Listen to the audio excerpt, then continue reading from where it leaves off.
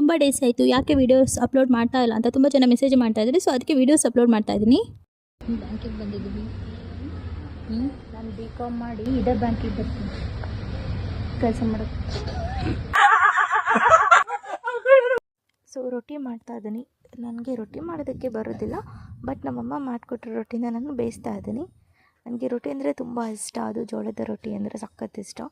ನಮ್ಮ ದಾವಣಗೆರೆ ಹಾಗೆ ಉತ್ತರ ಕರ್ನಾಟಕ ಸೈಡ್ ರೊಟ್ಟಿ ಸಖತ್ತಾಗಿ ಮಾಡ್ತಾರೆ. ರೊಟ್ಟಿ ಇಲ್ಲ ಅಂತಂದರೆ ಯಾರಿಗೂ ಆಗೋದೇ ಇಲ್ಲ. ರೊಟ್ಟಿ ಇರಲೇಬೇಕು. ಒನ್ ಡೇ ಅವರ 2 ಡೇಸ್ಗೆ ಒನ್ ಡೇ ಮಾತ್ರ ನಾನು ತಿಂತೀನಿ.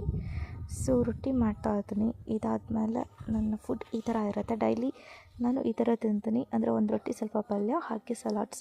ಪಾರ್ಸಲ್ ತೊಗೊಂಡು ಯಾವಾಗ ತಿಂತಿರೋ ಅಂತ ಕಾಯ್ತಾ ಇದ್ದೀನಿ.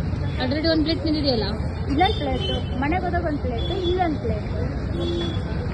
ಮಂತನ ಅಲ್ಲ ಬಕಾಸೂರು ವಂಶದವ್ರು ನೀವು. ಮತ್ತೆ ಇವರೆಲ್ಲ ನನ್ನ ಬಿಟ್ಟು ಟೀ ಕುಡಿತಾ ಇದ್ದಾರೆ. ಟೀ ಕುಡಿದ್ಬಿಟ್ಟು ಮತ್ತೆ ಬ್ಯಾಂಕಿಗೆ ಬಂದ್ವಿ. ದೀಪುಗೆ ಒಂದು ಐಡಿಯಾ ಬಂತಂತೆ, ಏನು ಅಂತ ಅವಳು ಬಂದನೆ ಕೇಳಿ. BCom ಮುಗಿಸಿ ಇದೇ ಬ್ಯಾಂಕಿಗೆ ಬರ್ತೀನಿ ಗೈಸ್ ಕೆಲಸಕ್ಕೆ. ಅವಣ್ಣನ ಕ್ಲಾಸಿಗೆ ರಿಪ್ಲೇಸ್ ಮಾಡೋದು. ಈ ಪ್ಲೇಸ್ ನೀವು ಯಾರಿಗೆ ಗೊತ್ತು ಕಮೆಂಟ್ ಮಾಡಿ.